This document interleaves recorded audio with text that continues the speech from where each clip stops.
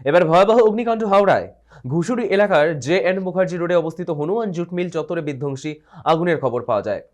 মিলের ভিতরে থাকা 25 নম্বর গুদামে প্রথমে আগুন লাগে। খবর পেয়ে ঘটনাস্থলে পৌঁছায় দমকলের 5টি ইঞ্জিন। শাটার বন্ধ থাকায় আগুন নেভাতে বেগ পেতে হয় দমকল কর্মীদের। শেষমেশ শাটার ভেঙে আগুন নেভানোর কাজ শুরু করা হয়।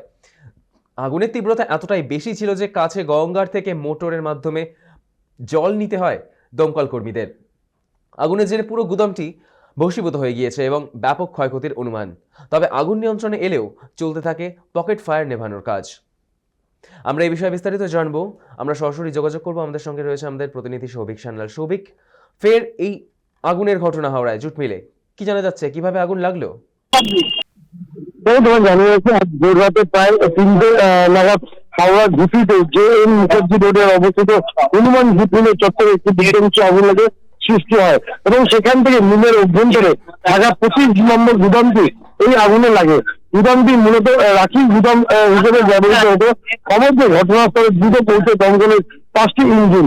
গুদামের শাটার বন্ধ থাকার কারণে আগুন নেভাতে বেগ পেতে হয়েছে দমকল কর্মীদের। শেষমেশ শাটার ভেঙে ভেতরে প্রবেশ করেন তারা। আগুনের তীব্রতা বেশি হওয়ায় এবং জলের যোগান বজায় রাখতে কাছেই থাকা গঙ্গা নদী ও থেকে মোটর পাম্পের সাহায্যে জল তুলে নেভানোর যে কাজ সেই প্রক্রিয়া শুরু হয়। আগুনে পুরো গুদামটি ভস্মীভূত হয়ে যায় বলে খবর সূত্রে খবর। ব্যাপক ক্ষয়ক্ষতির আশঙ্কা করা হচ্ছে। বর্তমানে দমকল কর্মীরা চেষ্টা আগুন নিয়ন্ত্রণ করলেও পকেট ফায়ারিং এর যে কাজ সেটা কিন্তু ইতিমধ্যে চলছে। প্রায় 3 থেকে 4 ঘন্টার চেষ্টায় কিন্তু আগুন নিয়ন্ত্রণে এসেছে।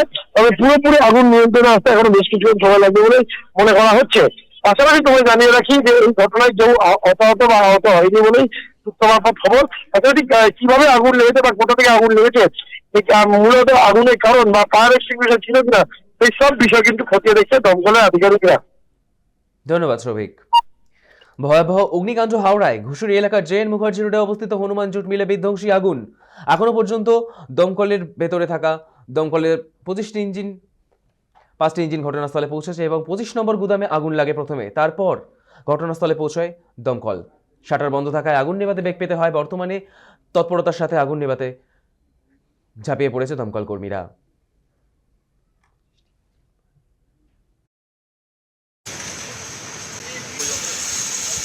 रात को 3 बजे शॉर्ट सर्किट हुआ। उसके बाद अचानक से 10 मिनट के अंदर पूरा पकड़ गया। We don't know the reason.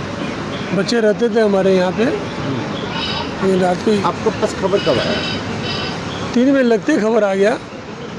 हाथों हाथ हम पहुँच गया, दमकल भी आ गया, 3:30 बजे तक आया। आग कंट्रोल में, लेकिन जो होना था नुकसान तो हो चुका। कितना माल था आपका अंदर में? गोडाउन में वो आइडिया नहीं है, स्टॉक तो पेपर में है, कंप्यूटर में होगा। আমাদের যে হাওড়া ডিভিশনাল অফিসের যে কন্ট্রোল রুম আছে সেখানে আমরা যে লিলুয়া ফায়ার স্টেশনের থ্রু দিয়ে খবরটা প্রথম পাই। লিলুয়া ফায়ার স্টেশনই অ্যাকচুয়ালি ফার্স্ট কলটা পেয়েছিল 3:15 নাগাদ। তো এখানে একটা আগুন লেগেছে হনুমান জুট মিলে, এই খবরটাই পেয়েছিল। তো পরে লিলুয়া থেকে একটা গাড়ি ফার্স্ট টার্ন আউট নিয়েছিল, এখানে এসেছিলো। এসে ও পরে আরও 5টা গাড়ি চেয়ে নিয়েছিল। আমরা হাওড়া জেলার থেকে আরও বড় বড় গাড়ি আমরা পাঠিয়েছি। সঙ্গে আমরা ছোট পাম্পও এখানে ডিপ্লয় করেছি যাতে গঙ্গার জলটা আমরা কাজে লাগাতে পারি। আর এখানে হনুমান জুট মিল আপনারা শুনেছেন নামটা, এর 25 নম্বর গোডাউন এটা। এখানে ভেতরে হিউজ কোয়ান্টিটিতে প্যাকিং বক্স ছিল, রাখি ছিল, যার ভেতরে ম্যানুফ্যাকচার্ড, মানে শুধু এখানে তৈরি হতো না কিন্তু রাখা ছিল আর কি, জিনিস গোডাউনের মধ্যে ছিল। সেগুলোতে আগুন ধরে যায় এবং এখানে আমাদের চোখে এখনও পর্যন্ত ফায়ার ফাইটিং সিস্টেম কিছু চোখে পড়েনি। দেখছি আমরা